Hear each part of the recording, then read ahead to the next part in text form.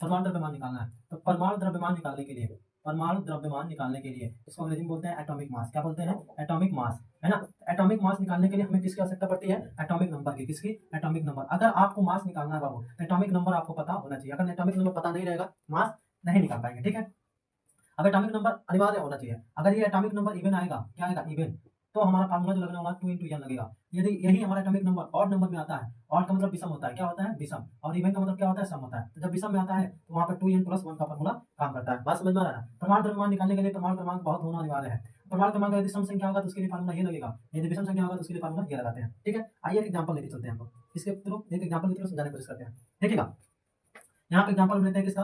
Calcium का। किसका? Calcium का। कैल्शियम का परमाणु क्रमांक कितना होता है? 20 होता है। कितना होता है? 20 होता है। अब इसका जब परमाणु द्रव्यमान निकालेंगे तो देखिए 20 हमारा कौन सी संख्या है? इवन है कि ऑड है? बताओ बाबू। इवन है ना। इवन संख्या क्या होता है कि जो दो से पूरी तरह से कट जाए, इवन है ना।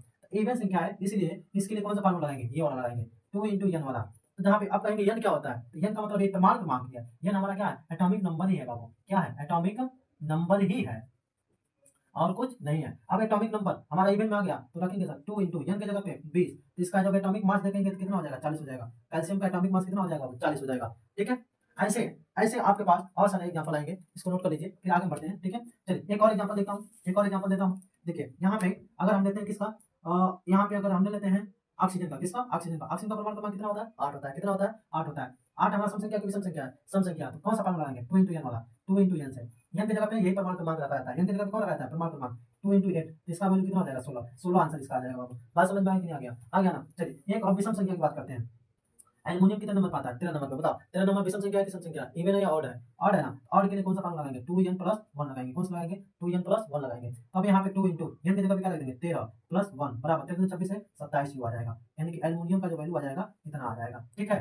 इसका द्रव्यमान बस चिन्ह से यू से दिखाते हैं। समझ में आ गया ना? समझ में आ गया कि नहीं आ गया? आइए आपके लिए क्वेश्चन दे देता हूँ यहाँ पे, ठीक है। यहाँ पे आपके लिए जो क्वेश्चन है वो उस क्वेश्चन को आप अच्छे से समझने की कोशिश कीजिएगा। अब यहाँ पे मैं आपको लिए क्वेश्चन दे रहा हूँ। क्वेश्चन आ जाएगा आपका यहाँ पे यहाँ पे सॉरी यहाँ पे हो जाएगा मैग्नीशियम जो 12 नंबर पे आता है। और उसके बाद हम ले सकते हैं, यहाँ पे ले सकते हैं हम लोग किसको?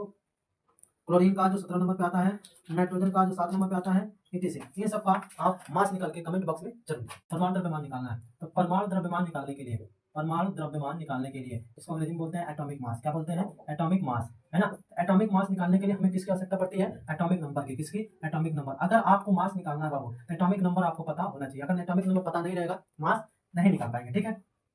अब एटॉमिक नंबर अनिवार्य होना चाहिए। अगर ये एटॉमिक नंबर इवन आएगा, क्या आएगा? इवन, तो हमारा फार्मूला जो लगने वाला 2 into n लगेगा। यदि यही हमारा एटॉमिक नंबर ऑड नंबर में आता है, ऑड का मतलब विषम होता है, क्या होता है? विषम। और इवन का मतलब क्या होता है? सम होता है। तो जब विषम में आता है तो वहाँ पर 2n + 1 का फार्मूला काम करता है। बात समझ में आ रहा है? प्रमाण द्रव्यमान निकालने